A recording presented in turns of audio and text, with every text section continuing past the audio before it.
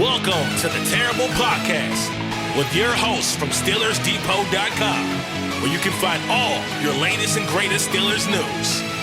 It's Dave Bryan and Alex Kozora, always lit, talking Steelers. And now, here's Dave and Alex.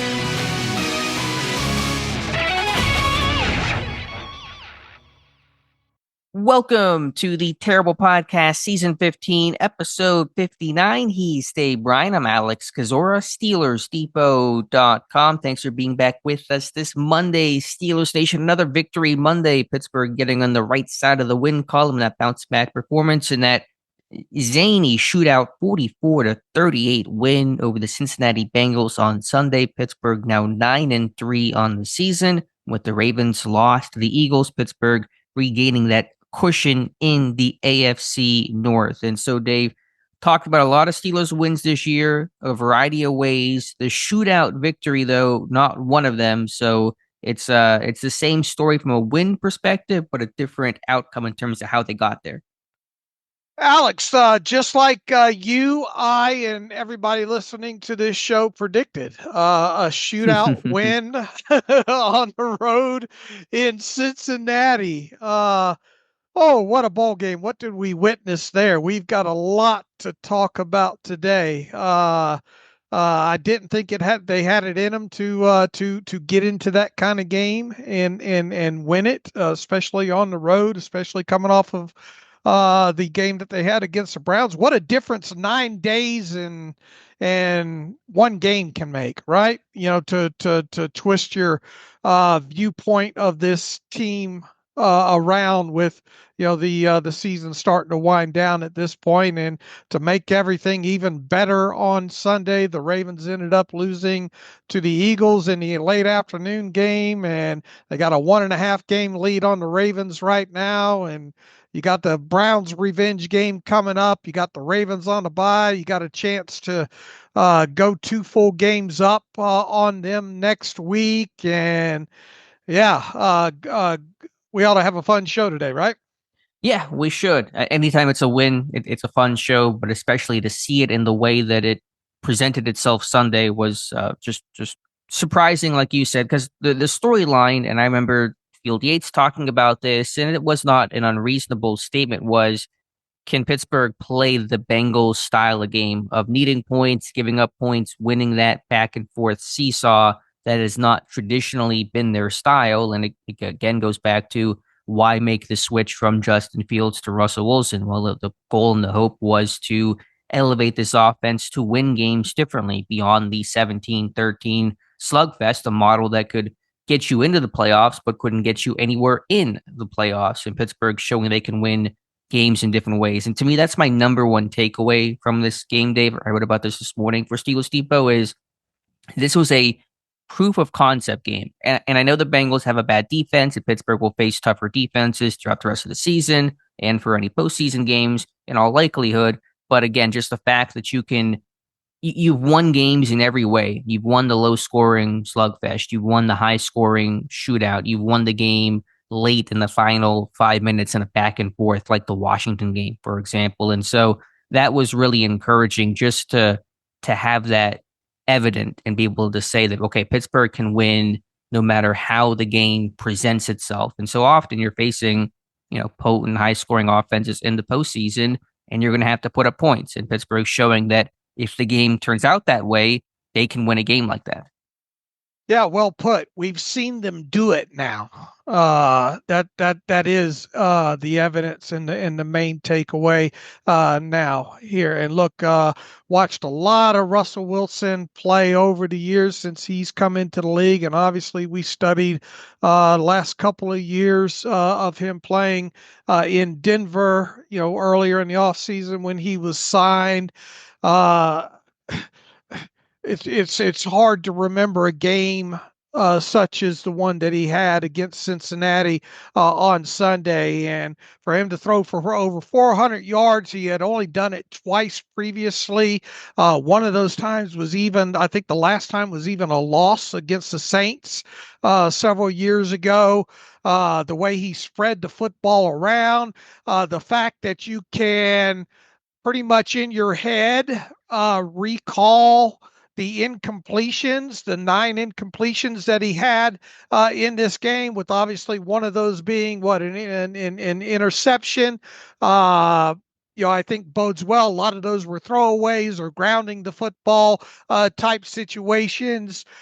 Just his going through the TV tape alone late last night, his command of the offense, the checks and the things that he was making at the line of scrimmage to get them into what he thought was the perfect play, and then executing. We saw Russell Wilson extending the play on a touchdown to Pat Freiermuth. We saw a couple of moon balls. We saw throws over the middle, both short and deep. It really was a complete game by Russell Wilson, and one that he ought to save the tape on, because once again, for as long and decorated and successful career that he's had, this was one of his finer games. I think at some point, I don't know if I'll do it this week or even before the season, and going to go back and watch a couple of those 400-yard, the previous 400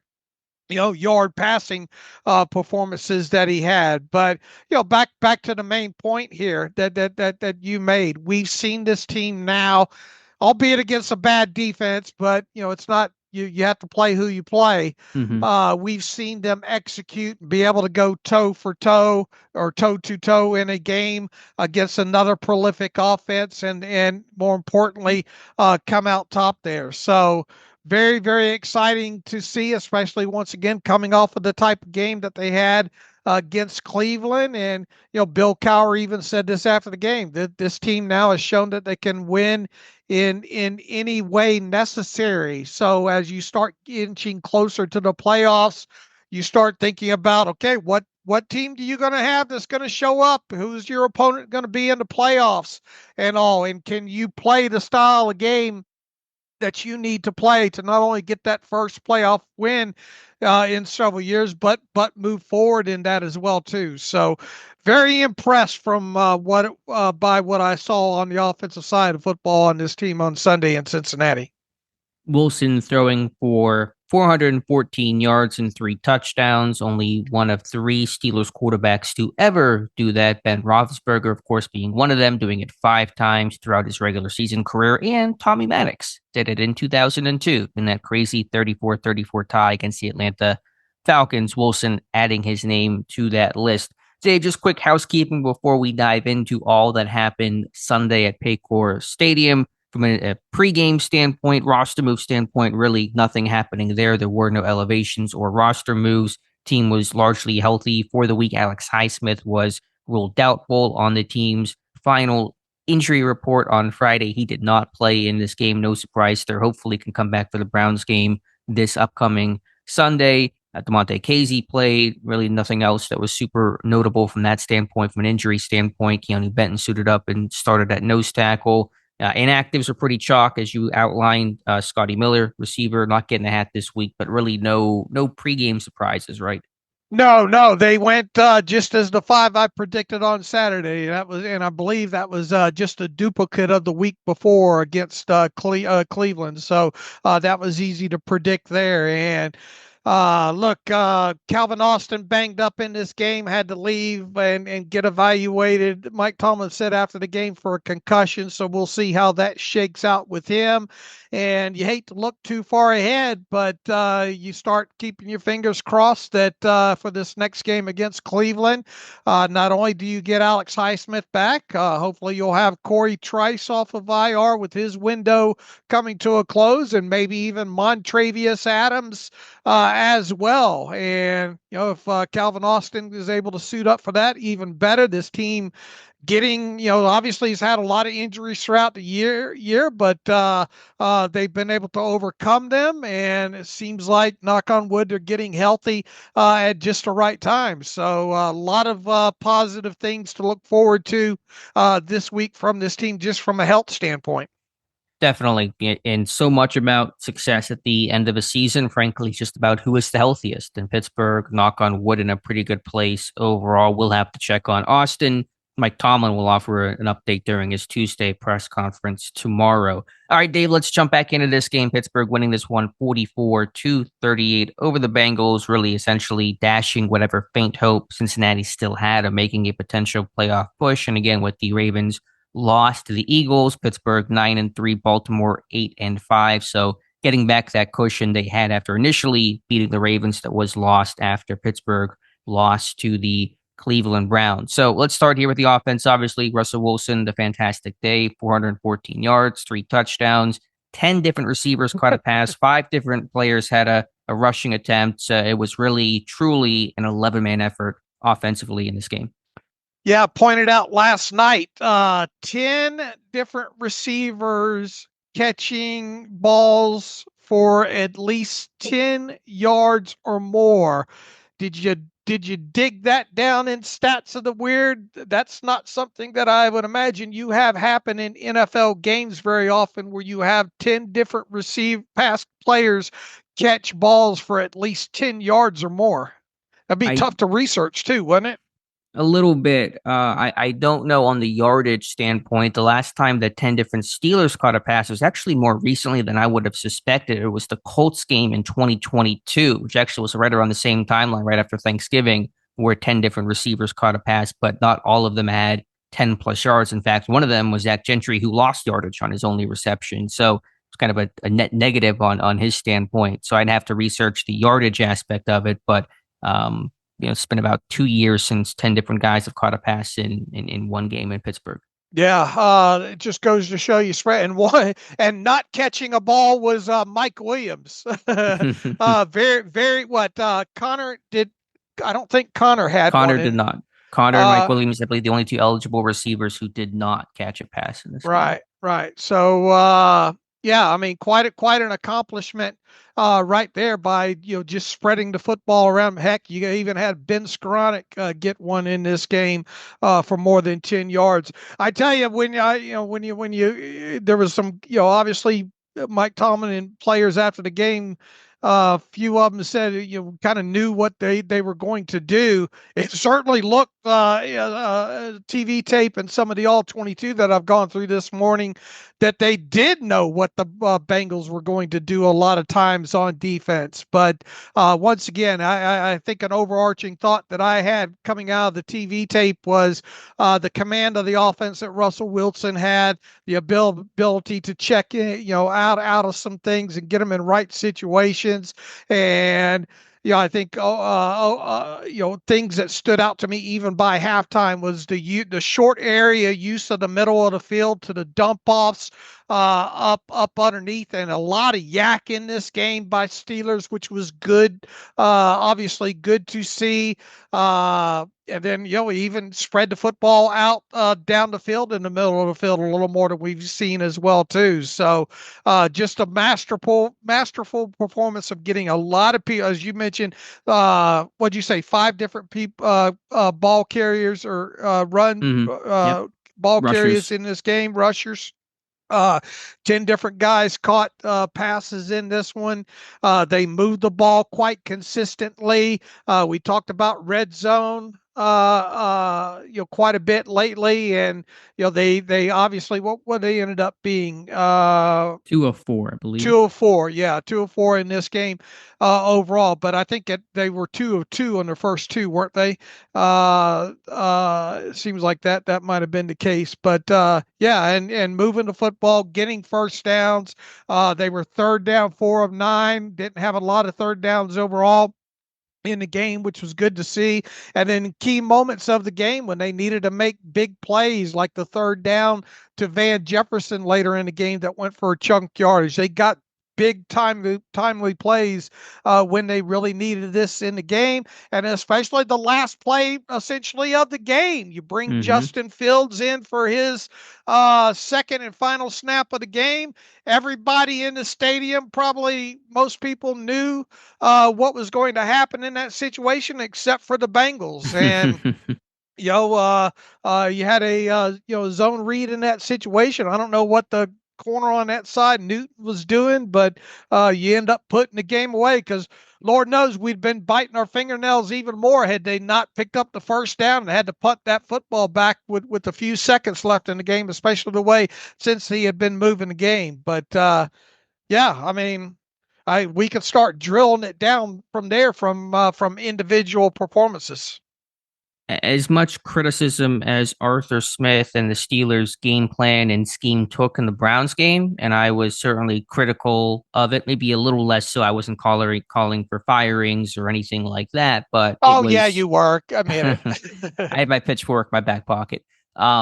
It was bad though. It was not a good game. Obviously, as bad as that was, it was as good as it could be against the Bengals. I thought Pittsburgh had a really good plan overall. They utilized that mini bye to their advantage. They really did a nice job to hit the reset button. They came out throwing a bunch of screens, and it was funny because Mike Tomlin throughout the week talked about how often and kind of how effective the screen game the Bengals had been using against Pittsburgh in recent meetings. They kind of flipped the script, the Steelers did in this one, utilizing the screen game heavily from the second pass, really the first official pass that counted from Russell Wilson was a screen to Najee Harris for 7 yards. A touchdown to George Pickens to tie the game at 7 was a wide receiver screen. They really helped subdue that blitz component from Cincinnati because the Bengals are trying to send extra people to get a pass rush because outside of Trey Hendrickson, they weren't getting pressure really from anyone this season. They had some injuries too with Sheldon Rankins being out, guys like that. And so they were really trying to apply the pressure to Russ. And Pittsburgh, I thought, counterpunched really well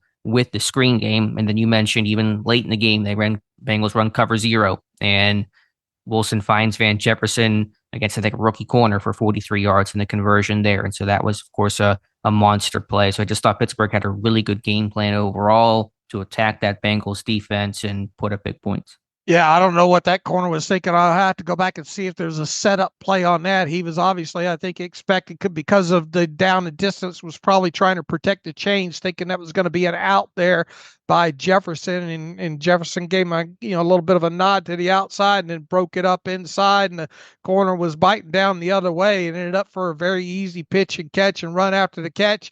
Was surprised really how open that ended up being on that cover 0 there. Russell Wilson, according to Next Gen Stats, getting zone coverage, completing 23 of 26 passes for 316 yards and all 3 touchdowns. That, according to them, is his most yards against zone coverage since leaving the Seahawks there. So very good against zone. Obviously completed some stuff against man as well too. Certain situations he just it's like he knew what he was going to get coverage wise. The Schematic play, the Van Jefferson play, the touchdown to Calvin Austin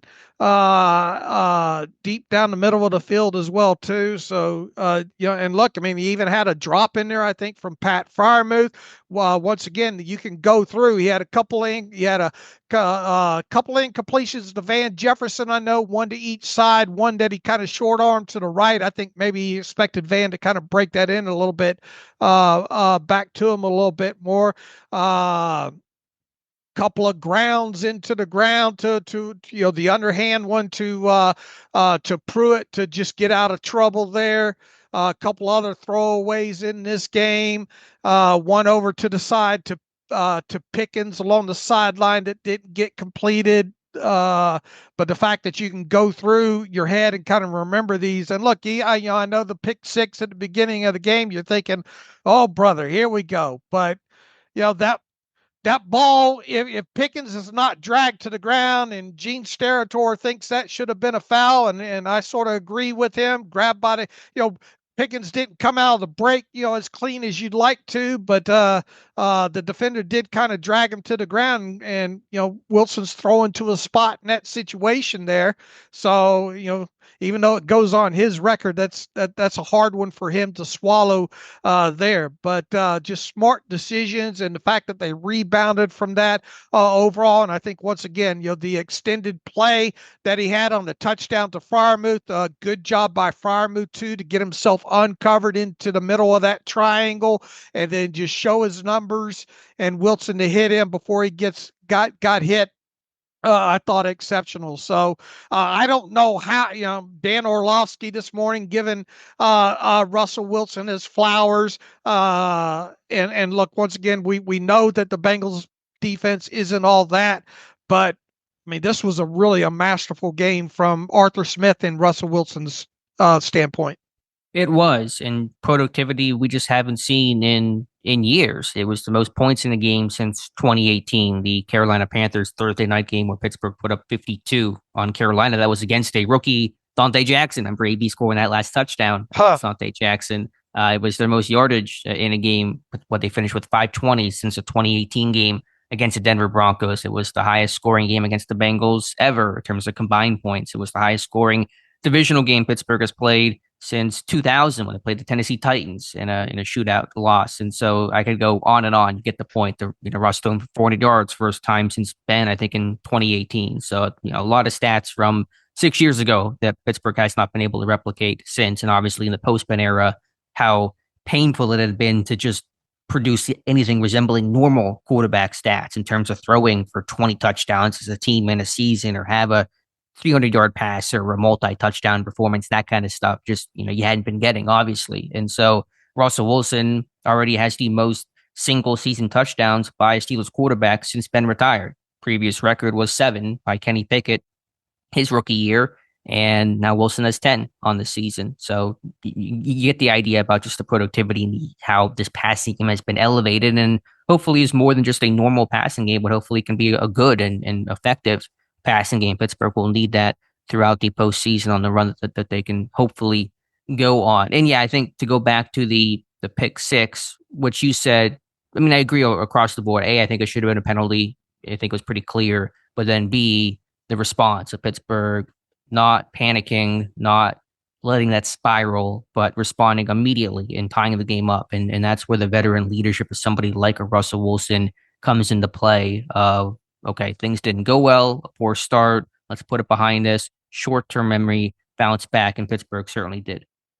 Yeah, I don't want to turn this into the Russell Wilson Depot podcast, but he posted a adjusted net yards per passing attempt stat of 10.6 against the Bengals. You look at that passing chart and you think you got the wrong one.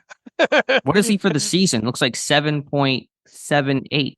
7.78, and that is his looking at season wise, his career high for a single season was 7.73 in 2015. Now, yeah, there's still a handful of games left here, but a couple more.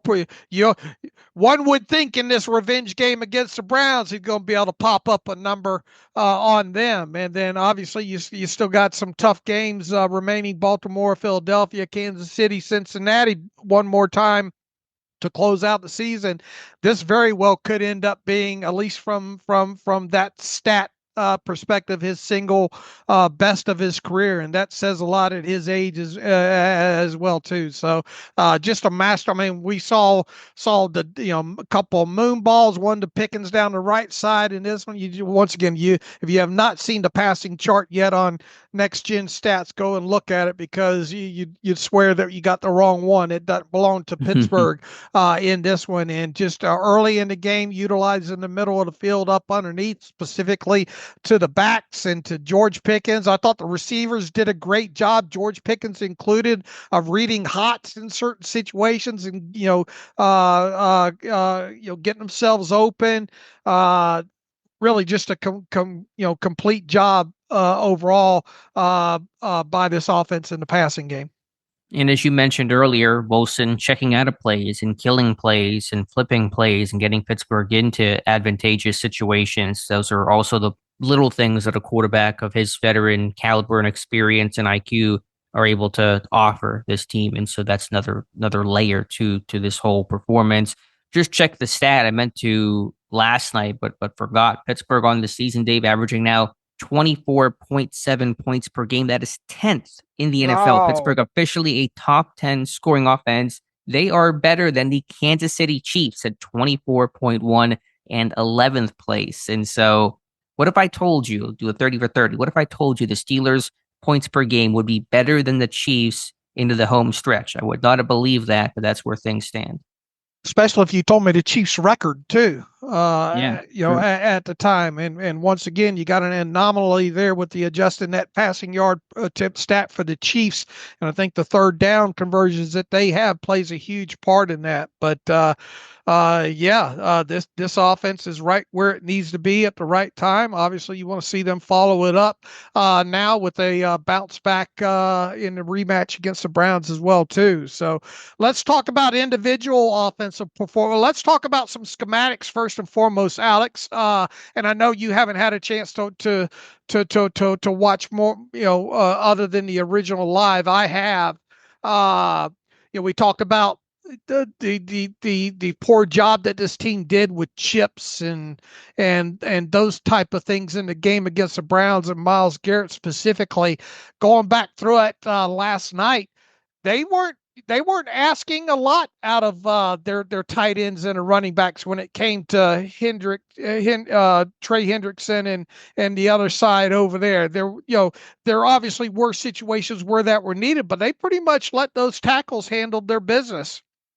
For the most part in this game. And even though Russell Wilson took 2 sacks in this game, they were smart sacks, I thought, on his part. One was late in the game on a third down in the red zone there where he just decided to take the sack, and then they ran more clock off and sent Boswell out for a field goal. And the other one, he was trying to step up and avoid pressure and scramble a little bit, and really it's probably more of a scramble than anything, but anyway, got caught behind the line of scrimmage there. But I thought overall the tackles played, Dan Moore Jr. and Broderick Jones played well, and they played well with not a lot of, it didn't seem like needing to get a lot of help in the form of especially not to the volume that we saw in the game against the Browns and all. So and Trey Henderson's obviously came into the week leading the NFL in sacks. So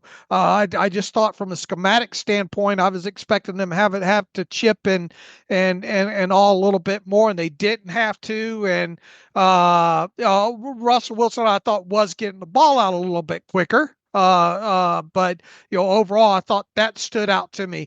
Ben Skoranek, he had the one catch for, what was it, 10 yards or whatever it was in this one, but from a blocking aspect, really earned his money in this game, in the run game and in the pass game on the George Pickens wide receiver screen out to the left side for a touchdown. He got a twofer, I think. Made the block and also screened off, I think, Geno Stone on that to free up George Pickens for the score on the touchdown run by Najee Harris. It was kind of really probably Najee scores anyway, but top right-hand corner of the screen, Ben Skoranek threw Geno Stone out of the club and into the end zone on that one. So it was good to see Ben Skoranek contribute in the fact he outsnapped Mike Williams just barely in this game as well too, but he certainly earned his money for more than just special teams in this one. Pat Freiermuth, who consistently seems to play well against the Bengals, specifically on the road. I think I had him in my 5 keys. I said, don't forget your tights. And meaning that tight ends, because the Bengals had struggled against tight ends to some degree this season. Been a while since we talked about Pat Freiermuth having a nice game. I thought he stood out in this one. I thought yards after the catch, Najee really was a workhorse early in this thing, both in the ground and the passing game. Unfortunately, that his Thanksgiving dinner came calling before halftime there. Caused him to go to the bench. So glad it wasn't anything serious there, but just a hard fought yards by Najee. The offensive line, what can you say about, well, really just the offense front in general? What can you say about some of the holes? They were washing out the Bengals line, specifically to the left side, on about 3 or 4 plays. We saw the toss go for a touchdown. We saw another toss where, man, they just washed out the entire that side and provided a nice cut back lane for Najee Harris in this one. I thought Frazier and Sayamalu and Mason McCormick really had strong games. I think Broderick Jones in the run game, phenomenal job. Dan Moore as well too. So there are a lot of flowers. Darnell Washington continues to develop as a very, very solid blocking tight end as well. Pickens, you even see him blocking some on a couple of nice runs, one by Cordell Patterson. Good to see Cordell Patterson have the game that he had, not only as a running back, but in the passing game. He had they went after Mike Hilton in this one as well too. We talked, didn't we say earlier in the week, Alex, that Mike Hilton's still good, good against the run, good blitzer and all off the edge, but been showing his age in coverage, and they went after him quite a bit in this one. They went after the obviously their secondary banged up at the corner position. They went after them and made some hay against them. So you could we sound like Russell Wilson making sure to name off every guy on. It's going to mention Scotty Miller, and then we're good to go. Yeah, naming off every guy on offense here as we go forward. But I think we've highlighted several individual key performances and group performances here on offense. And it's worthy to mention them all, and it's good. Hey, I'm not mad about naming 10 different guys and their performances and their efforts to help Pittsburgh win. Going to need that going forward. Dave, when you watch the All-22 or continue watching it, bring some syrup for all those pancakes. I'm sure you're going to see on that touchdown that Najee had. Just it was a walking touchdown. I mean, Zach Frazier put somebody on the ground. Dan Moore's washing guys. Darnell Washington, Skowronek, like you said, pancake and a DB in the end zone. One play after drawing that unsportsmanlike conduct where Mike Hilton got flagged, and so kind of got into their head a little bit and scored that next play. I believe that's how that sequence went. And throughout the game, Pittsburgh certainly felt like the more physical team, really at both lines of scrimmage. After one little blip in the run game where Chase Brown busted a couple of big runs to set up a touchdown for them. Again, just going back to the game plan. The Bengals kind of had two schools of thought: to be aggressive with their blitzes and then also at times be really soft with their coverages and play too high and play a loose zone to try to take away the moon ball and the vertical shots down the sideline. And so Pittsburgh responded by taking a profit, taking what the defense offers, checking it down to the tight ends, to the running backs. The running backs caught 13 passes for, I think, $149 combined in this one between Patterson, Warren, and Harris. A lot of that was screen game. There were a couple of downfield completions, one to Patterson, but a lot of dump offs too, just because they're playing loose. And when you're running verticals and they're going to play off, it's going to soften things up underneath. You take it, let your running backs win in space, get some yak, break a tackle, fall forward. And that was a consistent theme of this game. I thought the second touchdown, it would have been, I guess, right to Calvin Austin, which was not technically red zone. It was a 23-yard touchdown. So you're in red zone fringe, but that's finishing a drive off there. The Pittsburgh has struggled to finish this year. I really want to see that on the All-22. I haven't gotten a great look at it, but it looked like a Mills concept. We are running Frymouth underneath on the dig and Austin over the top on the post. The safety comes down on the dig to take Frymouth, opens up Austin one-on-one. He has leverage, and they hit that touchdown for a big play there. And so really good situational red zone calls there, scheming guys open, putting defenders in conflict. I thought schematically really sound overall. And as you said, limiting the threat of Trey Hendrickson on a day where you're throwing the ball nearly 40 times. You come out pretty pass happy.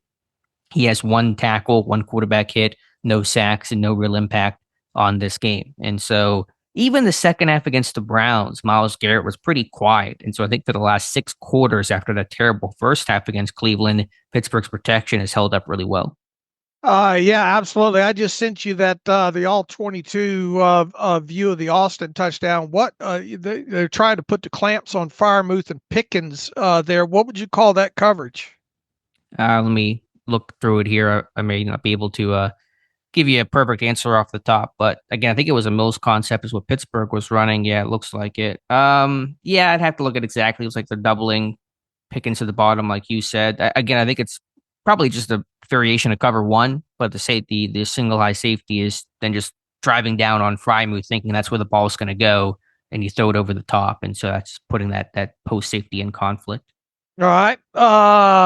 Yeah, that was good to see. It was almost like he knew he was going to get that as well. That the Bengals, making sure trying to clamp Freiermuth and Pickens down there in the in the high red zone. I think safety was kind of just guessing. I don't know if it was necessarily an intentional double team the way it looks like it was on Pickens in that play, but you're just putting a safety in conflict. If that safety plays off and plays the post, and you probably throw the dig to Freiermuth. And Right. so that's just that Mills concept where wherever that safety guesses, you're going to make him wrong each time. All right. What else here? Offense. Again, just across the board, really good performances. I guess we should talk about George Pickens and some of the negativity that was Right. brought in this game. Made positive contributions, the touchdown, 3 catches, 74 yards, picks up though a pair of penalties, a taunt, and then on sportsmanlike conduct, the latter really costly because instead of a great play, which was a fantastic classic Russ Moon ball out of a under center straight drop, 7-step drop like it's 1995, you get 1st and 10 at Cincinnati's 13. Then the penalty backs Pittsburgh up to 1st and 10 at the Bengals' 28-yard line. That drive ends without points. Chris Boswell having a field goal block, which we'll talk about here in a second. And so, obviously, for Pickens to get those 2 penalties was very costly. I thought he was gone after the second one. Me too. Me too. I guess and Hockley said because it wasn't done at an opponent, and that's the reason why there was no ejection for 2 unsportsmanlike conducts. Yeah, and Mike Tomlin sent a message after the game saying he's got to grow up.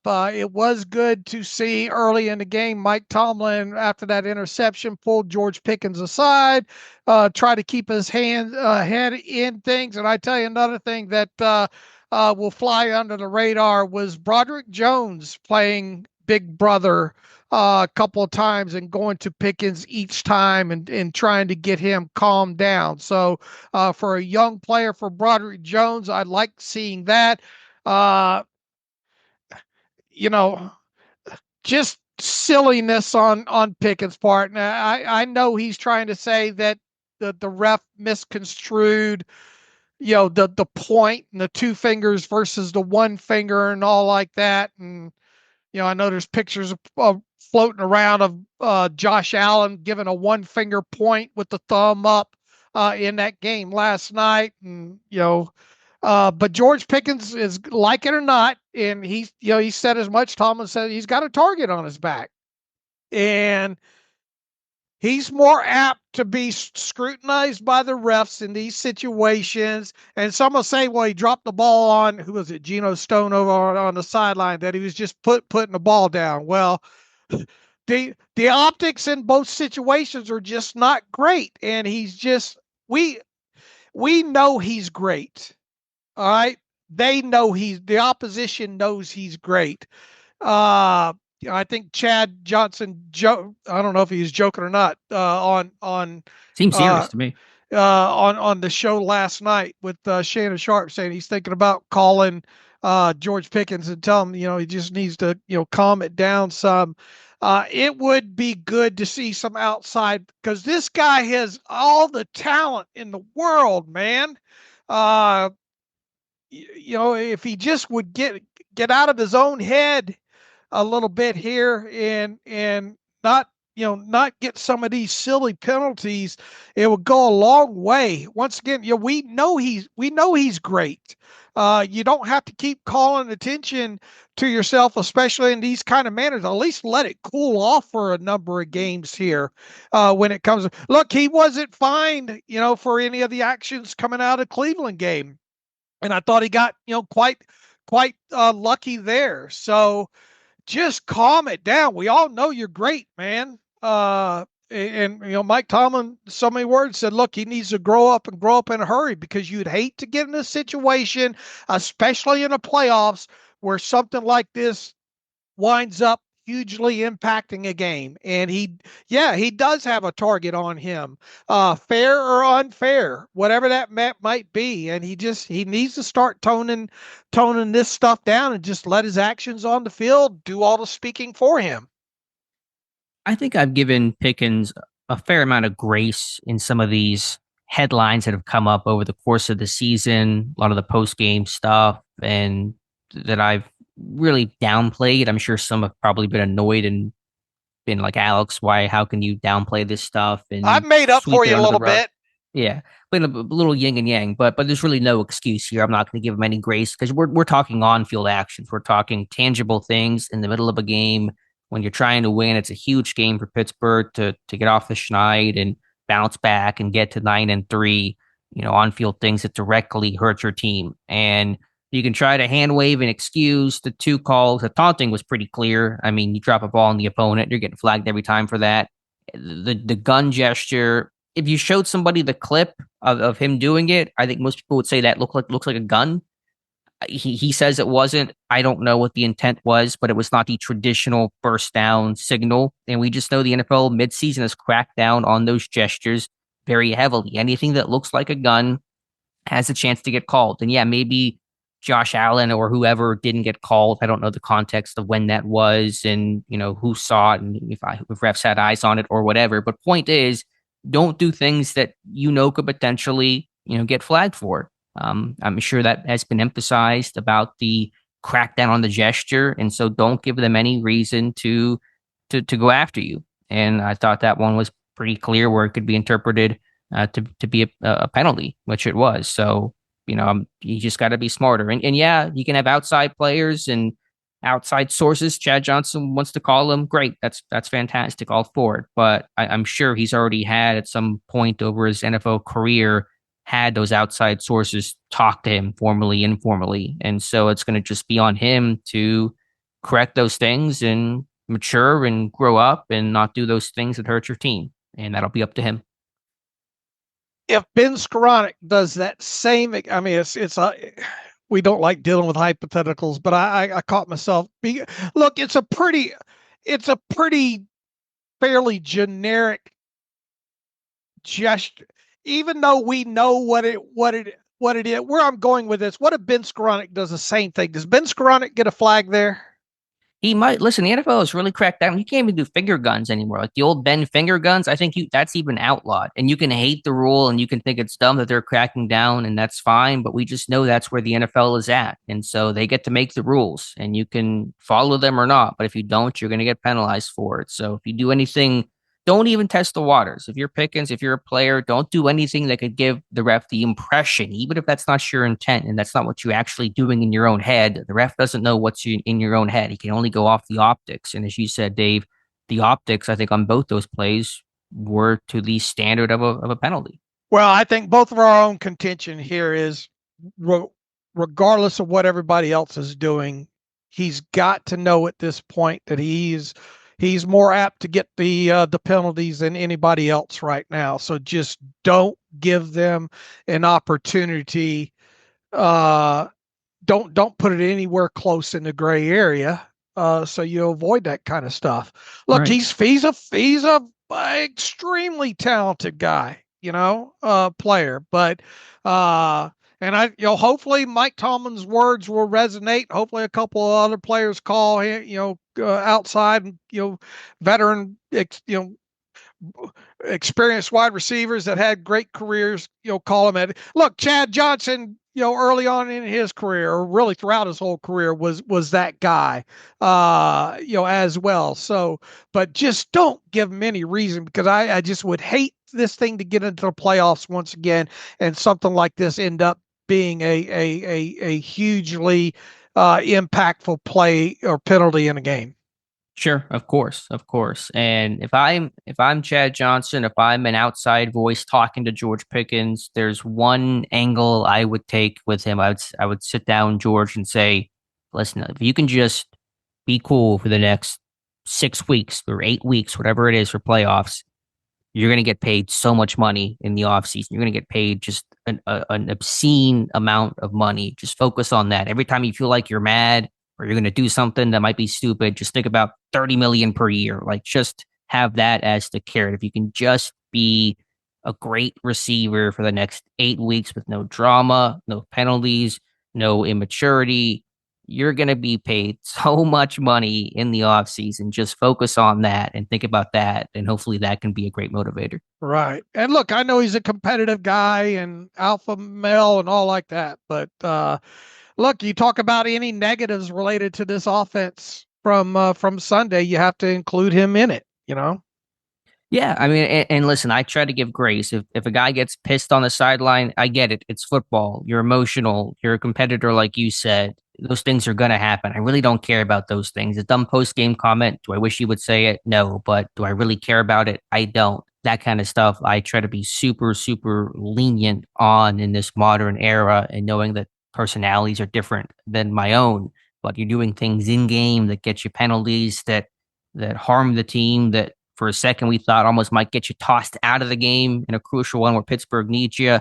That is the stuff that is not acceptable at any level. They're totally controllable. It's not even like OPI where, okay, there's some ticky tack call and, what are you going to do? These are things that are entirely within your control post play, and they have to stop. And you got to know, with this quick bounce back against the Browns and the way they claim that they think that they can get in his head, and him coming off of two games with silly actions and all, they're going to try to goad him into stuff. So even if he has a big game, man, just throw the ball to the ref and go back to the huddle. Yeah, the Browns have nothing to play for in this one other than just to be spoiler again and just to try to, get in George Pickens' head. Their season is over. And so all this is kind of about is just some pride and trying to mess with Pittsburgh. So that's a great point. And this will be a really good test of Pickens' maturity and his own bounce back Sunday afternoon against Cleveland. All right. And they'll need him in these final games too, for sure. Yep, every game they play, they're going to need George Pickens to be big. No question about that. Any other final thoughts here offensively? I thought just to end it on a positive with him on that moon ball, just a great job. And they pointed out on the broadcast the late hands and the late separation that he got. His ability, yards after the catch. I think he made a great hot read on one of those to get himself open and some nice yak. The guy's extremely talented. Yeah, I think the late hands aspect doesn't get talked about enough, and I'm probably guilty of that too. But DBs, especially when they're trailing, they're reading the eyes at the hands of the receiver. When you get big eyes, when your hands start going up, that tells the DB when the ball is arriving. So he kind of knows when to start playing the catch point and being more aggressive and trying to punch the ball out. And when you're late with your hands, the DB really has no time to react to when the ball is going to be there. So that's a subtle thing that just kind of, I think, pretty innate. It is coachable, but I think it's kind of one of those things where just the good receivers just are born with kind of that intuition, and Pickens has great hands in general, so he doesn't have to reach for the ball and maybe the way that others do. He doesn't have to fight for the football. Kind of just comes in naturally.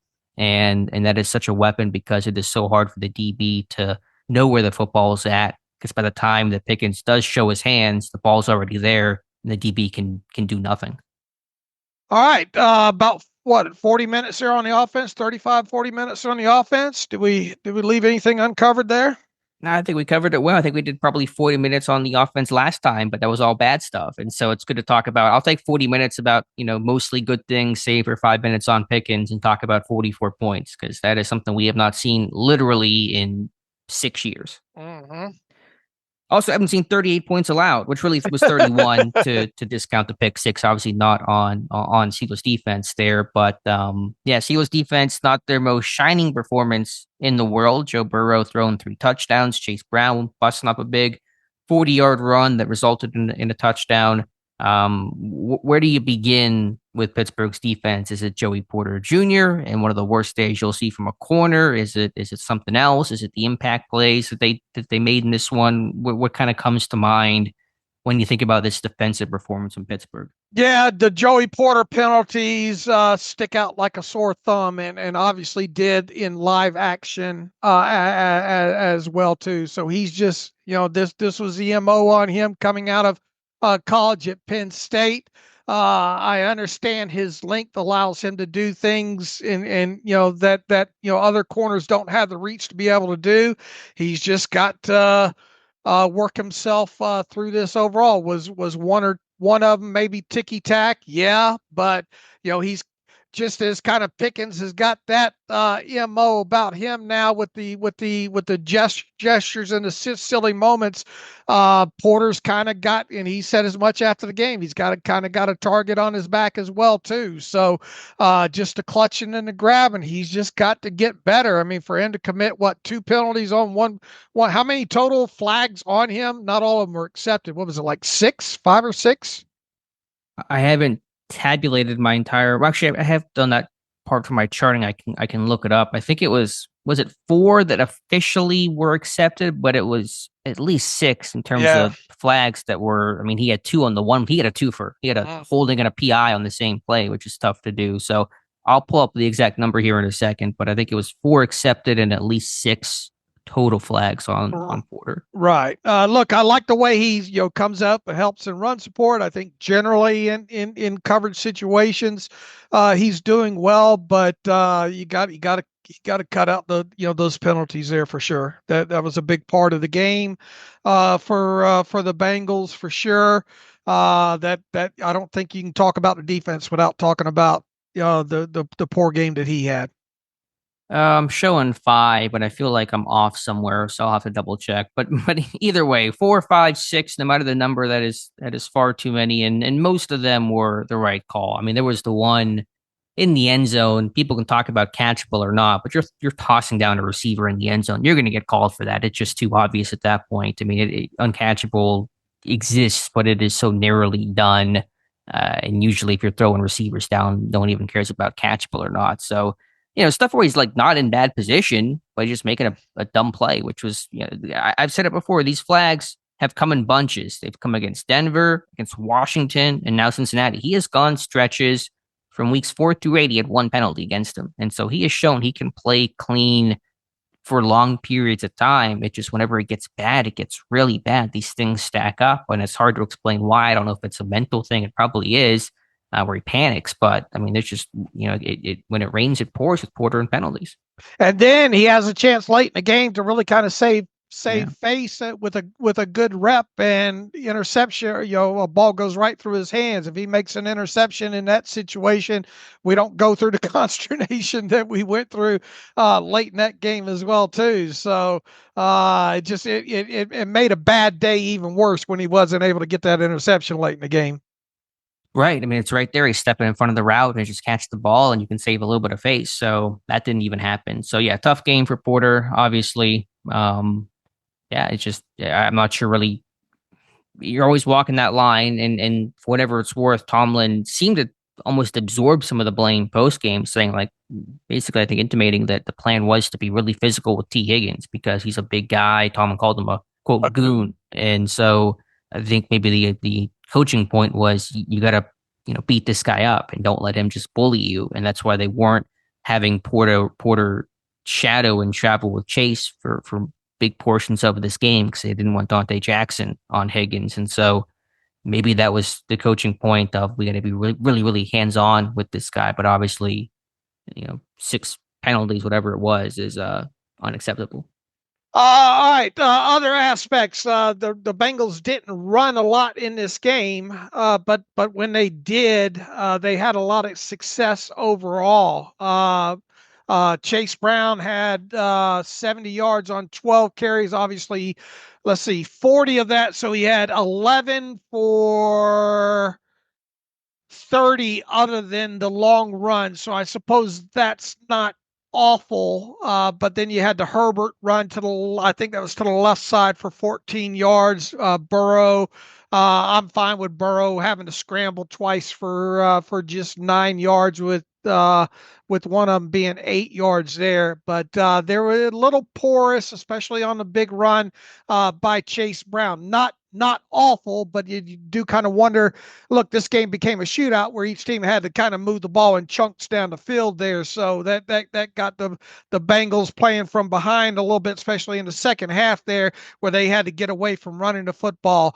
One of my big concerns going into this game was Joe Burrow and his ability to avoid pressure and his ability to move in the pocket. That touchdown pass that he had, who was it, to Chase, was a prime example of that. Looked like they had him bottled up, and the last moment he pops up and in the middle of the pocket and makes the throw. I thought Burrow really played a good game overall. I think more in the second half, the Steelers did a somewhat better job, especially in situations where he's not either rolling out or flat out bailing from the pocket. thought they did a minimal, better job overall trying to kind of constrict him. Obviously, the big plays in the game were when they did get to him. TJ Watt, he had a pulling guard coming over to him along with a tight end. Burrow's escaping the pocket, thinking Watt's well enough up the arc. Watt retraces his steps, gets to him, knocks the football out. Big turnover. Steelers get 3 points. They were a lot of people don't remember too. They were in Steelers plus territory on a 1st and 10 in that situation too. So to get a turnover, a strip sack in that situation was huge. Nick Herbig Depot. What can you say about that guy? That guy had Orlando Brown.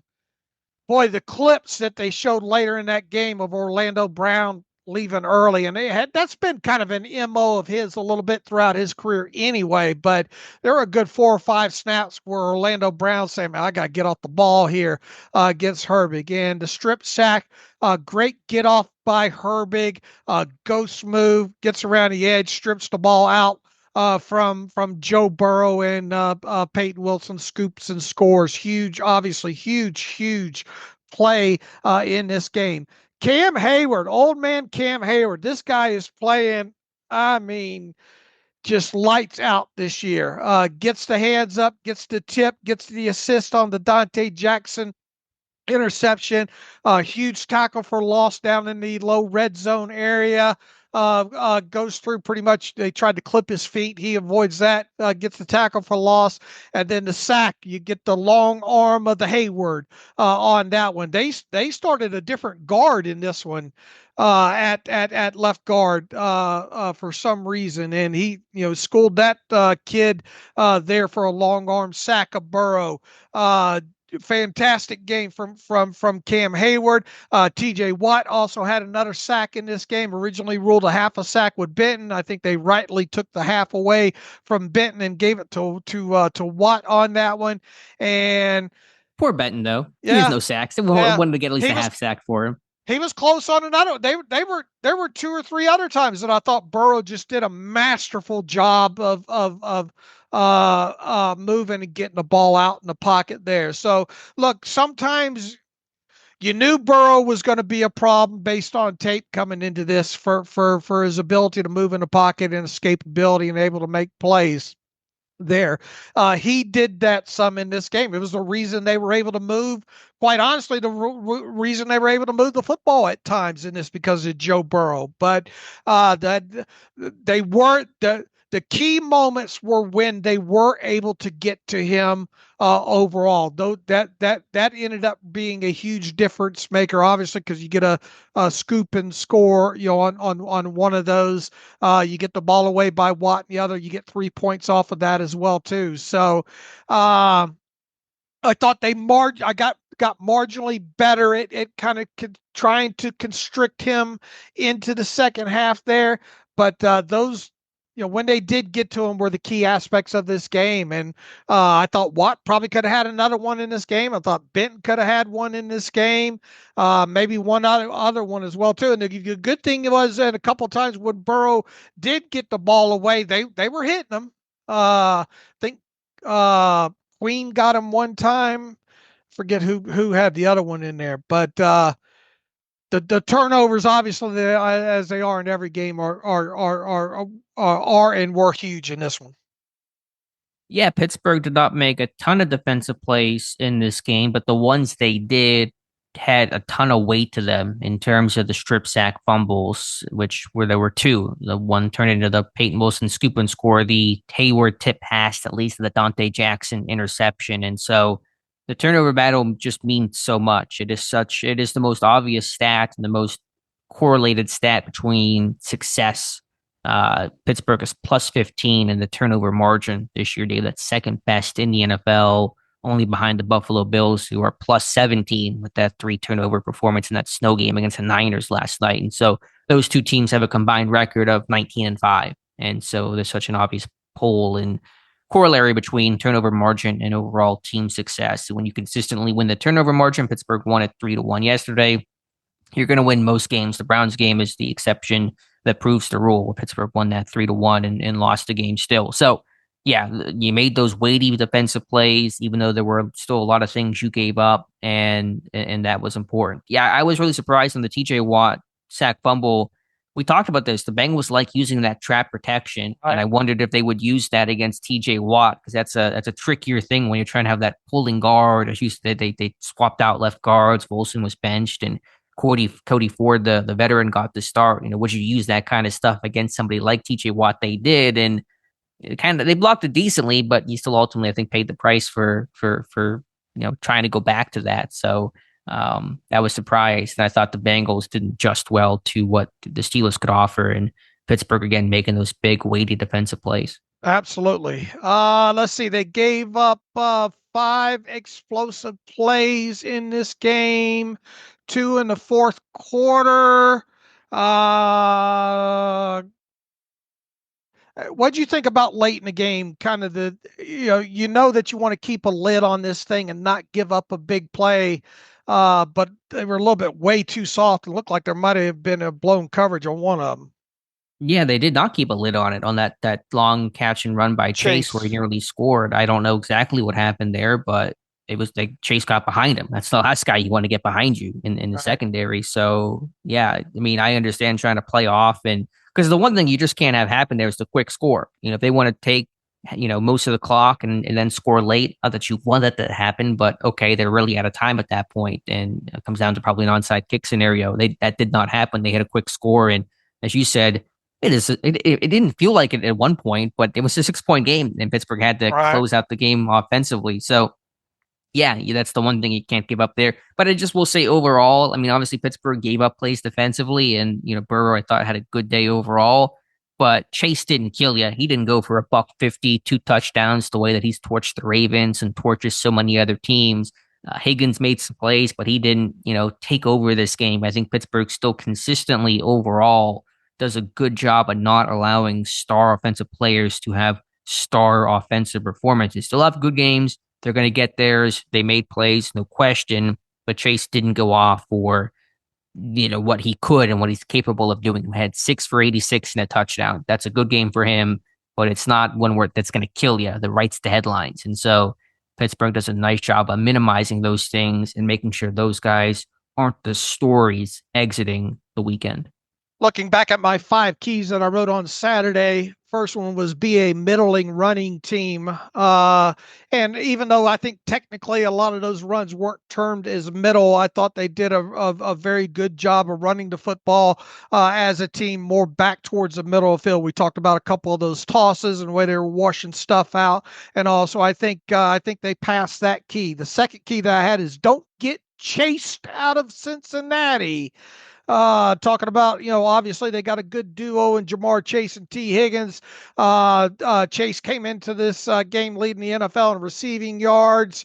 It was Captain Obvious here. You couldn't let that. You had to pick your poison, which guy, you did not want to really kill you in this game. And I know T. Higgins had a couple of touchdowns in this game. Look, if you don't have a quarterback like Joe Burrow, a couple of those plays don't get made. So you were going up against offense, a good offense in there. But yeah, you're right. They did not let Chase kill him overall. Extra wattage out of TJ Watt, I think for the most part, with 2 sacks and a strip and a couple of pressures. I think he kind of provided that for you. My other one was better quality chips to Cincinnati. They didn't. We talked earlier in the show. There really wasn't much of a need for that. I have to go back and watch the defensive all 22, see if I'm missing anything there. And then the last one was don't forget your tights. Talking about the tight ends we talked about earlier in the show too. So I think for the most part, they did cover the keys that they needed. But defensively, you just hate for them not to be able to get some of those stops. It's one thing you knew Burrow and the Bengals offense were probably going to move the ball pretty regularly in this game. They just, they didn't get enough stops once they were down deep against them there. Yeah, I think you laid it out really well, Dave. Do we have, not that it's a say all end all, I know some people will turn up their noses, but just to give a gauge, a reference point, what was Dan Moore's pass protection grade in this game from PFF? Do we have that? I think the PFF numbers, they're out there in terms of their Yeah, final Dan nice. Moore had a 70.4 pass protection grade.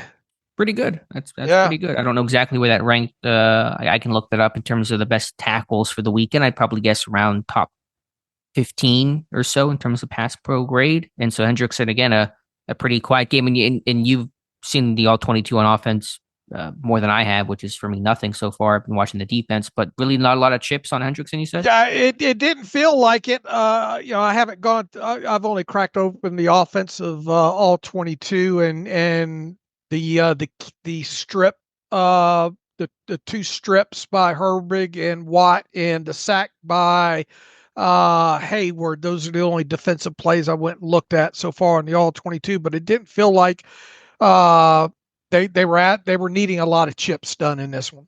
Okay, it looks like 28th overall for Dan Moore in the pass pro grade out of was that how many qualifiers? 52. So more middle of the road, but overall I think again, given the matchup Hendrickson and again that's just one data point. It's not necessarily the say all end all.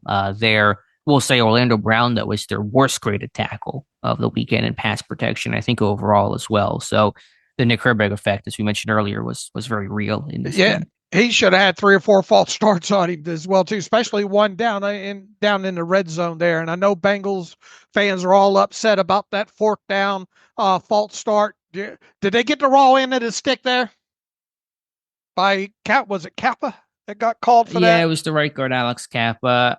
I'll have to go back and look. It was close for sure. I don't want to have my black and gold glasses on the entire show. I mean, Roberts is racing in. Did he cross the line? But by the time the Kappa moved, I don't know exactly where that was at.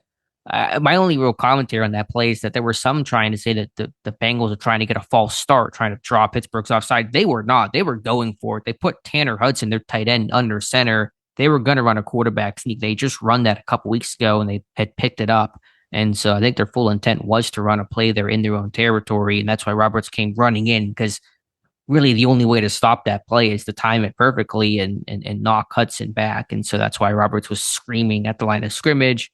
Who moved first? Did Kappa move by the time that Roberts was in the neutral zone? I don't know. It was really close. Well, for all the consternation they might have, they need to go look at the Orlando Brown false starts that he got away with. Sure. I agree. When I do my forgotten moment, I was thinking about that last night. What would be my forgotten moment? Because I feel like every moment was remembered in this game. There's a lot of them, yeah.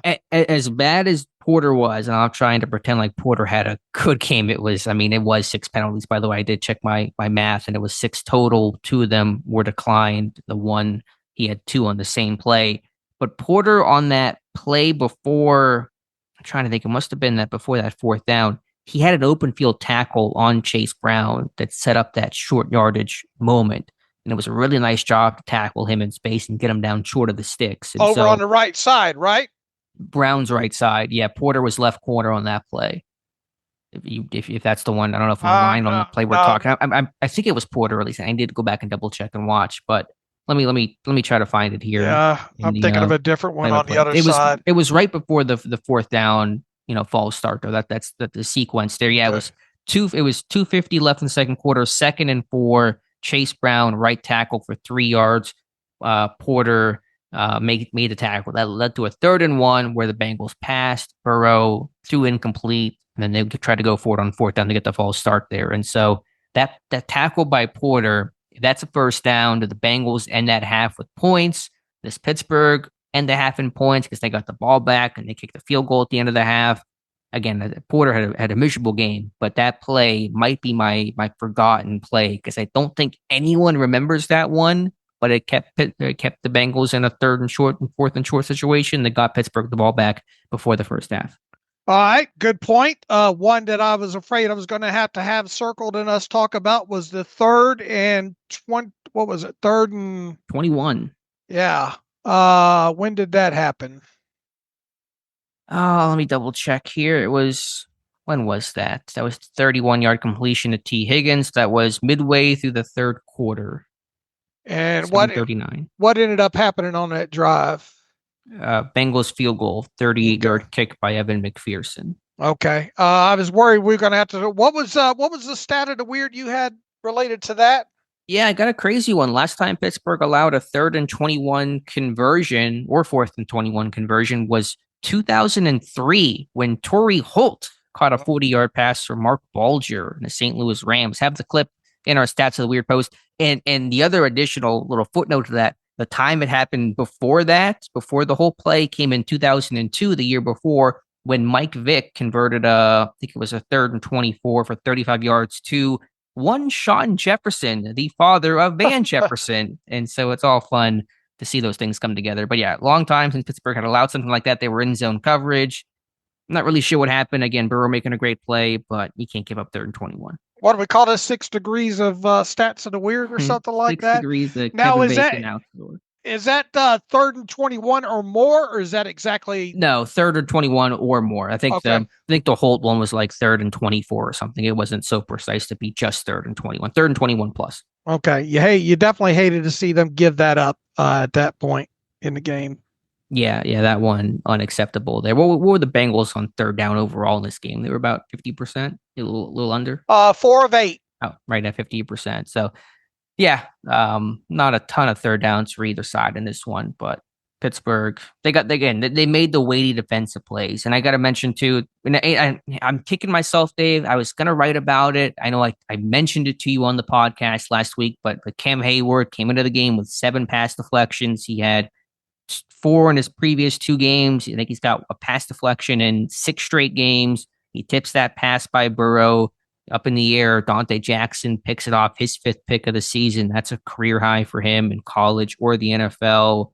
Clamps Hayward, man, impacting the game beyond just rushing the passer. You're getting your hands up in throwing lanes. You're reading the quarterback. Great game from Hayward. The sack, the goal line hit on, I think that was Chase Brown. Just a bully play there from Cam Hayward, even though I think that drive still resulted in a touchdown. I think on the sack, I mean, it was a great power move. Did the guard step on the running back's foot? It kind of felt like he might have clipped the running back's foot. They have that sniffer there, where they put the tight end or the back way up in that A gap against those mug looks. So maybe that had an influence a little bit, but still, the Hayward long arm is undefeated, and that strength is still very much there for Cam Hayward. I didn't look at the footwork on that, but I did post a clip this morning. Let me send that one to you. I was looking last night. I haven't seen the all 22. We'll get the other We'll get the other end zone angle later today, and that'll probably be the most telling one. This one's behind the Steelers defense. The TV tape does have the angle from the quarterback from Burrow's perspective, and that's where I saw it. It's close. It's not. You can debate it. I don't know. I'm not trying to take away from Cam Hayward, obviously, but I did think maybe that's why the guard lost his balance a little bit, but still, Hayward's long arm remains undefeated. Once again, I think a negative to come out of this with the defense, especially knowing that you're going to face an offense that's probably going to move the ball on you pretty good, regardless of schematics and all. They were 4 or 5 in the red zone, and if you get and Mike Tomlin had talked. Coming out, after that game against the Browns about having the long week and focusing on the red zone on offense and defense and those kind of things, and to give up 80%, 4 or 5 trips, man. If you get 1 or 2 more stops in there, it really changes the complexion of the game. If you get field goals versus touchdowns in those situations there, so Once again, I'm not trying to give the defense a pass for them giving up. How many total yards do they give up? I mean, 375 net yards. I mean, it's a lot. But how many yards per play? The Bengals only had 57 plays, and of course, 6.6 yards per game. And what was Pittsburgh with their 7.9? Yeah. Now, granted, the penalties aren't reflected in the yardage. Right. Pittsburgh was allowing, with Porter's penalties in scores of yardage that way. But yeah, I mean, but I think your point though is the correct one, that yes, the Bengals are going to move the ball. They have the firepower to do so. you couldn't get those stops in the red zone. And that's where these games are really decided in situational football. And Pittsburgh's red zone defense has waned in the last couple of weeks. And that's one area that has to be talked about and shored up. I know there's been a lot of attention on the red zone offense, and rightfully so, but the red zone defense has not been as strong, not getting the takeaways, not getting the stops that they were getting throughout the first, 6-8 weeks of the year. Both teams gave up more than a football field in penalties. The Steelers 9 for 103 yards. The Bengals 11 for 101 yards. Really should just be the Porters gave up 9 for whatever the stat is, but yeah, obviously those things have to get cleaned up. Porter was like Porter and Pickens. Who else got penalized besides those two guys? Sayamalo had a false start, and Michael Pruitt had a hold. You talking defense? Just anyone. Penalties that were not accepted on Pickens or Porter. Didn't Sayamalo have a false start? I think you're right. Michael Pruitt late, I think, had a hold. It was a delay of game on. There was wasn't there an eligible man downfield too, or was that decline? That might have been decline. Decline. It was on Frazier on a busted screen, I think. But I think that was decline. So I'm looking at maybe 3 penalties on people not named Porter or Pickens. So even that stat, not that it's good, we're not celebrating it, but the penalties are really concentrated towards 2 men. Right. Okay.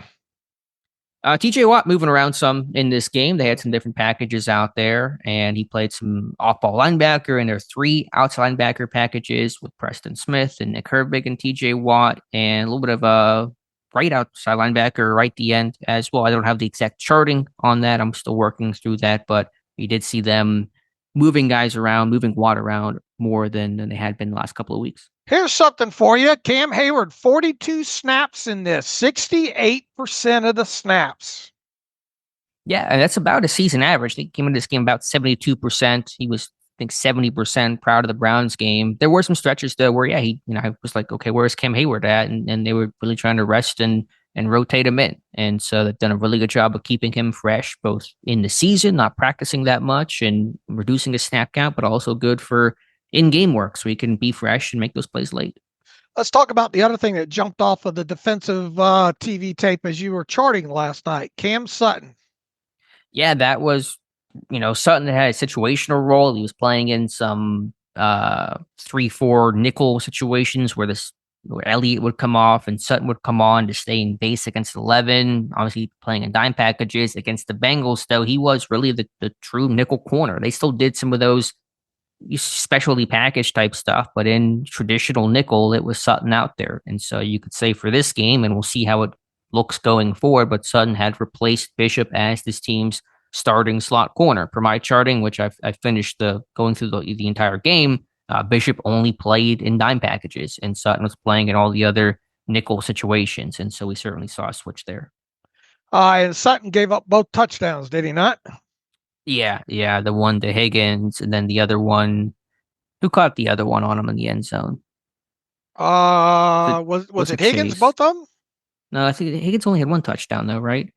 Yosevas? Who had the other touchdown? Hudson? Who had the touchdown? I'm trying to remember here. Who did have the other touchdown? Both were kind of in similar spots.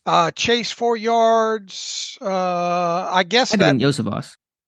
Yeah, might have been, yeah. Because Chase was on the extended play. Right. What was the coverage on that one that Chase scored? I thought it might be quarters, wasn't it? I don't think. I mean, Jackson was kind of like he was going to pass him off to Minka, but then Minka, he looked back, and then he had eyes on Burrow and then started to come forward, and then Jackson started to run with him. It's always tough to tell in the red zone because things are so condensed, and there are kind of some, red twos and specialty coverages down there. But yeah, I don't know really what happened on that play. Yeah, I have not looked at the all 22 on that. But I know there was a lot of consternation about what is Minka doing on that play. I think Minka thought Joe was going to break contain on that. Yeah, I think Minka started to come down like he was going to run, but then did Jackson was the intent to pass him off though to Minka originally? I just, like you said, red zone can get kind of tricky to determine some of those things. Why do you suppose Sutton seeing the uptick there over Bishop? Yeah, that may have been their plan all along. Sutton off the suspension, they didn't want to put everything on his plate right away and kind of ease him in. And you had the mini bye and the bonus day of practice to get some more reps in. And the versatility that Sutton offers is attractive to them, I think. And so maybe that was some of it. I don't know if there's a concern about Bishop and rookie Wall for all they've asked him to do this season, but it may have been a natural progression thing. It may have been a one-game thing against Cincinnati. I don't know. We'll have to watch it against the Browns and see if that plan continues or not. All right. Anything else about defense? Patrick Queen can have a rough day in coverage. I know that slant on Gesicki is tough, but still gave that up. Some underneath stuff where just kind of like was having trouble making a tackle in space and keeping his footing. Some weird stuff there. The run defense didn't look great, so I imagine the PFF grades on Patrick Queen are pretty poor. Anything else? Trying to think. I thought Elliott had a couple of nice. I mean, the one over there on the sideline. Who was it that caught that ball over there? Got popped. I thought it was a great hit. It was just a better catch over there. I thought tackling overall was pretty good. Yeah, I'm trying to think. When they got arms on people, obviously a couple of those runs, not the case there. But how many missed tackles are they listed for in this one? You're probably right. I don't know if there were a bunch of true missed tackles, but there were some guys getting out in space that was concerning. Let me see if I got misses here. I'm showing 6.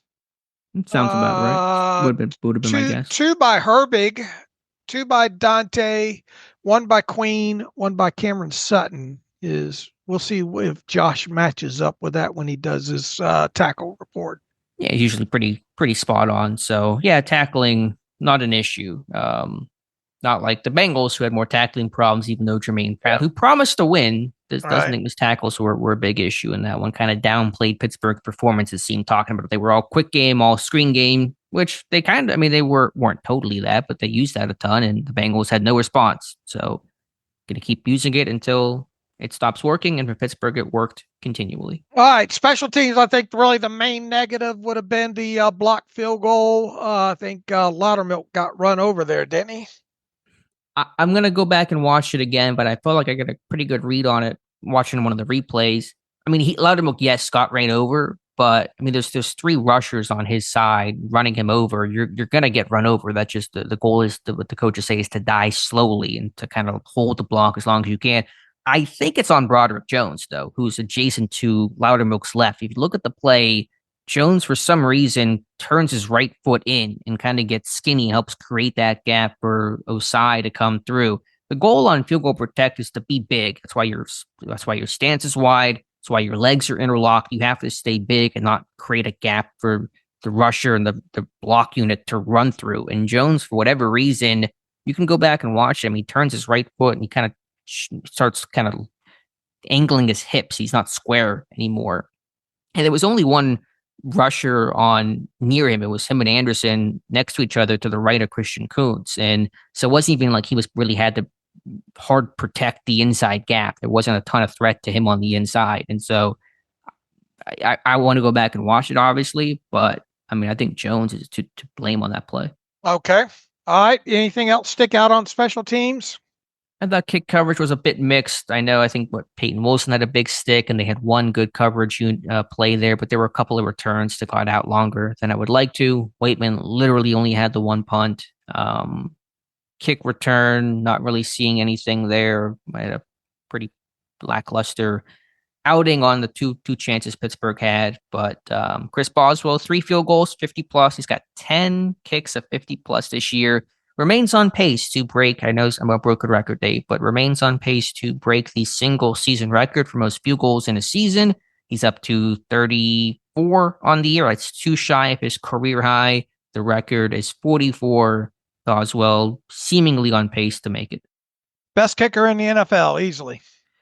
I would say so, especially with Justin Tucker having all of these struggles. And, you never count that guy out, but man, he is having the toughest year of his career. All right. I think we got through most of it there. Shall we, anything else to mop up here? No, I think that mops it up pretty well. I guess should just also note from some of the Sunday morning stuff, Arthur Smith officially told North Carolina he is no longer in consideration to be their next head coach. I don't know how strong that possibility was to begin with, but he has officially turned down whatever opportunity there might have been. There are going to be some rumors, and even worse, some from Jay Glazer on Sunday morning about potentially connecting him to the Bears job. I don't know if it was about him specifically or if it was kind of like offensive minded coaches they could be targeting Chicago would after firing Matt Eberflus. Now, but this offense continues to have success, as we talked about, Smith's name will come up more and more. All right. Shall we get to some reader emails? And close out today's show. Yes, sir. And by the way, I have a live stream tonight at 7 p.m. Eastern time. If you want to join Dave and myself, just look up my YouTube channel, Alex Kozora, and you can hang out with Dave and I and ask your Steelers questions. All right, Jeff Berg, happy Victory Monday. I wanted to ask if there's a way to find hidden yardage on kickoffs. We consistently let people return past the 30 and kick it short. Why hasn't Danny Smith corrected this? I'm sorry, can you repeat that? Hidden yardage on kickoffs. Is there a way to find it? We consistently let people return past the 30-yard line and kick it short. Why hasn't Danny Smith corrected this? I mean, it's not well, I guess it's hidden yardage, I guess, in the sense of I understand what he's saying. Yeah, I mentioned kick coverage not being great in this game. Why are they kicking it short? There's a lot of variables that get involved. It could be weather, it can be strength of your coverage unit, it can be strength of the return unit or lack thereof. So, I mean, it's not been a killer though. I'm probably a little less concerned about it than the reader, but understand your point. Jason Chadwell writes in, do the Steelers have another running play besides the short toss to the left side? They had to run that same play 6 times, he says. Next, I wanted to get your take on how soft the coverage was in the prevent defense. I hate letting them drive down the field so easily. Lastly, do you think they will lean on a heavier passing attack down the stretch? To answer the last part, I think it depends on who they're facing, schematics and all like that. It was good to see them come out, throw the ball, and look like they knew what the Bengals were doing in this. So I think it's on a game-to-game basis overall as far as, and look, they had to keep matching scores here, and that played into it as well. The Bengals defense was kind of asking them to throw it, especially short early in the game. We talked about them letting them drive down the field so easily late in the game. They got to clean that up with the soft coverage. And as far as the toss goes, that toss worked out pretty well overall. I mean, in this game against the Bengals, a couple of times, nice runs. Yeah, it's hard to complain. It had the long cutback run that you mentioned, had the touchdown run to Najee. I mean, I'm not mad about plays that work.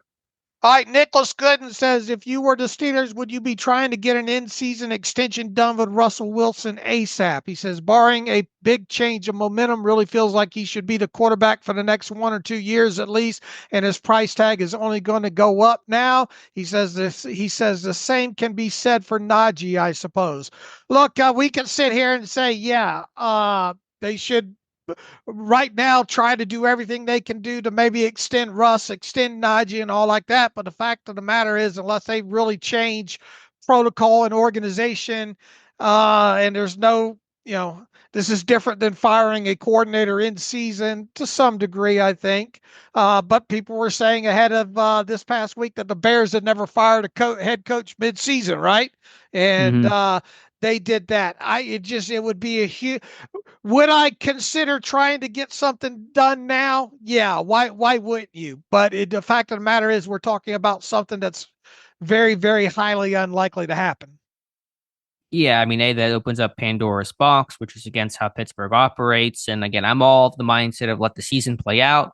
You let the season end and see where things are at in totality, and you decide from there. If the worst thing that happens is your quarterback plays well and you got to pay him more, then I'll be a happy man. I'll be very happy and gladly pay the extra whatever millions it would be to retain Russell Wilson if he has a great end of the season and Pittsburgh has some great measure of playoff success. So good problems to have.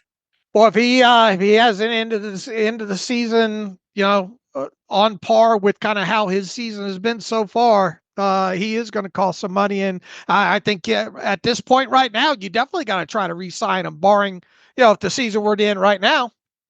Yeah, that's where this thing is certainly trending. I mean, I don't know how you don't. I don't know how you finally get your first sustainable measure of pass game and success. And you've been chasing that for so long post Ben. You finally get that guy, and then you let him walk and go somewhere else because you won't pay him $3 million more per year than some other team.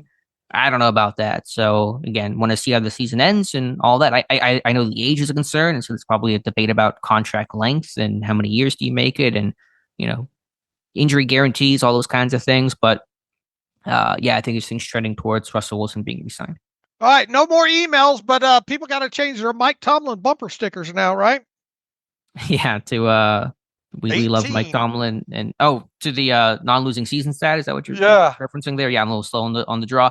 Yeah, the non-losing season streak continues, so it's 18 straight for Tomlin, 21 straight for the Steelers. For the Steelers, that ties the NFL record of the Cowboys, the Tom Landry Cowboys from the 60s to 80s. And I know you and I don't tout that stat much, and I understand why Steeler fans are annoyed by it. And I've talked about how I kind of loathe that never had a losing season stat, but I can still appreciate it for what it is and that consistency. And I was thinking about this more recently, last couple of weeks, Dave. Like, how many teams have lost their franchise quarterback and still been able to be competitive? Usually when that happens, you fall into that rut for some period of time. Think about the Colts when they lost Peyton Manning. They went into that rut until they found Andrew Luck. The Patriots when they lost Tom Brady, they kind of treaded water for a bit with Cam Newton, and then they fell into a rut, and they're trying to totally rebuild now. I'm sure there's a ton of other examples we can point to. Yeah, Pittsburgh didn't do that. Despite losing Ben, they've not obviously been a great team and not been Super Bowl contenders, but they have still been a competitive team. And that is awfully rare to have a team, because usually there is that transitional phase from, okay, franchise quarterback, maybe you hang on for a year or two because there's still some pieces around that you built with that franchise quarterback, and then you fall off and you become a bad team, and you find your quarterback and the cycle renews. It did not happen with Pittsburgh. And that is really, really hard to do in today's NFL. And I got to give Tomlin credit for that. All right, well put. We shall end on that note. The Steelers the players are off on Monday and Tuesday this week. They'll resume practicing on Wednesday. Mike Tomlin press conference on Tuesday. We've already got a lot of Browns tape from the last meeting that we should be well versed on them at this point. We will review the all 22 from the Bengals game and talk about that more on Wednesday. First injury report of week 14 will be out on Wednesday. Steelers play on CBS again. You get Jim Nantz, Tony Romo, and Tracy Wolfson for that one. So should be a fun week, and one at least with us getting as much work as we got done last night and early today. Should make for a little bit more enjoyable week for us at Steelers Depot here, especially coming off of a win. But we'll be back on Wednesday with another show. So until then, you can follow me on Twitter/X at Steelers Depot. Follow Alex at Alex_Kozora. A lot of great stuff up on the site. Tom's 10 takes, stats of the weird, a whole lot of great stuff up on the site. We invite you to get by and see. At Terrible Podcast, email the show, theterriblepodcast@gmail.com. If you like what we do and want to donate to the cause, SteelersDepot.com. Also, if you like an ad-free version of the site, SteelersDepot.com, hit the ad-free button and follow the directions that way. So until Wednesday, as always, thanks for listening to the Terrible Podcast with Dave and Alex.